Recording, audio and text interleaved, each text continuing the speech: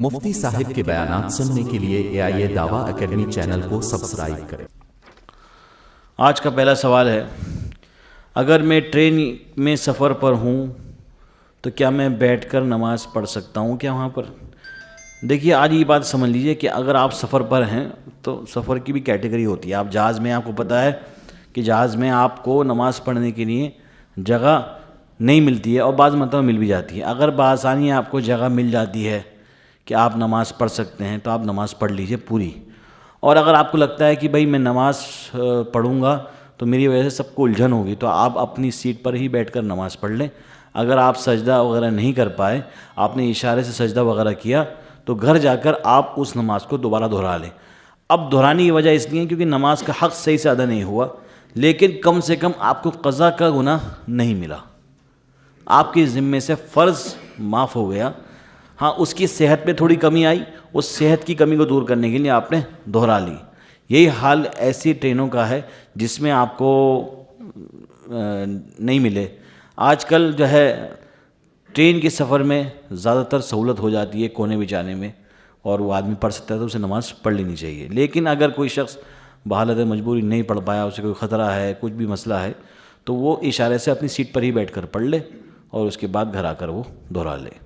اور اسی طرح اگر ایسے کوئی کار ہے یا بس ہے، جو کہ آج کل جو ہے بس یا کوئی بھی کار ہو، وہ سفر کے دوران رک سکتی ہے، بہت ساری چیزیں ہو سکتی ہیں اور رکتی ہے کہیں نہ کہیں، تو وہاں پر آپ کو ایک کونے میں پڑھ لینی چاہیے نماز۔ یہ نہیں کہ بس عذر ڈھونڈ کر نماز چھوڑ دینی چاہیے۔ اگلا سوال ہے، ظہر کی سنت 4 رکعت جو ہوتی ہے، اگر ہم نے ظہر سے پہلی نہیں پڑھی تو کیا کریں؟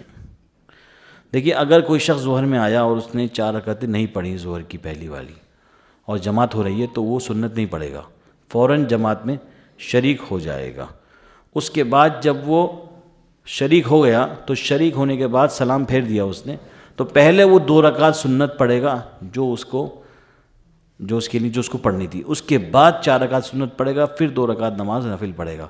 بعض لوگ غلطی یہ کرتے ہیں کہ فرض کے بعد ڈائریکٹ 4 رکعت نماز سنت پڑھتے ہیں، تو علماء نے صحیح طریقہ، حدیث میں بھی یہی لکھا ہے کہ پہلے 4 رکعت کے بعد، فرض کے بعد 2 رکعت سنت مؤکدہ، پھر 4 رکعت، 2 رکعت نفل بعد میں۔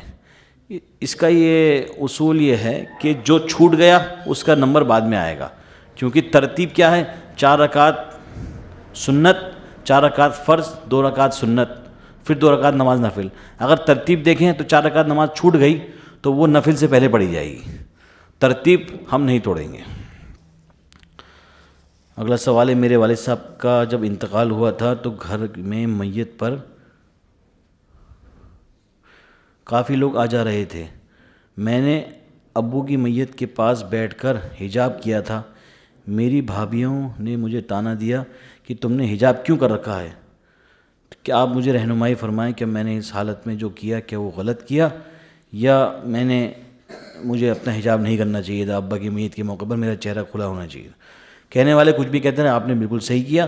جو آپ کے غیر محرم تھے ان کے سامنے حجاب کرنا ہر حال میں ضروری ہے، چاہے کوئی بھی حالت ہو۔ کیا اللہ کے علاوہ ہم اپنے کسی محبوب کی سی قسم کھائیں تو اس کی کوئی ویلیو ہے یا نہیں؟ کیا یہ قسم کھانا کسی جگہ ثابت ہے یا نہیں؟ اور اگر ہم قسم کھاتے ہیں تو کیا حکم ہے اس کا؟ دیکھیے، قسم سوائے ایسی قسم کہ جس کے اندر آپ بات کو مضبوط کرنا چاہتے ہیں، مثال کے طور پر ابھی کوئی گواہی دینی ہے تو اس میں آپ اللہ کی قسم کا استعمال کریں گے۔ باقی محبت میں تو آدمی کچھ بھی قسم کھا لے، اس کی کوئی شریعت میں کوئی ویلیو نہیں۔ قسم صرف اللہ کی کھائی جاتی ہے، نہ قسم کسی چیز کی، نہ کسی محبت کی، نہ کسی والد کی۔ کوئی کہتے ہیں کہ میں اپنے امی ابا کی قسم کھائی کہتا ہوں، یہ بات، یہ سب کوئی اسلام میں اس کی کوئی حقیقت نہیں ہے۔ اصلی جو قسم ہے وہ صرف اور صرف اللہ سبحانہ و تعالیٰ کی ہے، اور قسم بھی جب کھانی چاہیے جب مسئلہ اہم ہو۔ جو آدمی جھوٹا ہوتا ہے نا، وہ ہر بات پہ قسم کھاتا ہے، قسم خدا کی میں یہ کام نہیں کروں گا، قسم کھا کے یہ بات میں نہیں کروں گا۔ تو قسم سے ہمیں جب تک بچنا چاہیے جب تک اس کی اشد ضرورت نہ ہو۔ مومن کی تو یہ شان ہے کہ مومن کی زبان سے بات نکلی ہوئی سچ ہوتی ہے، اور جو بات نہیں ہوتی وہ نہیں نکالتا۔ لیکن اگر مومن کے بارے میں یہ بات مشہور ہو گئی کہ وہ تو جھوٹ ہی بولتا ہے، بغیر قسم کی جو بھی بات بولتا ہے، تو یہ مومن کی شان کے خلاف بات ہے۔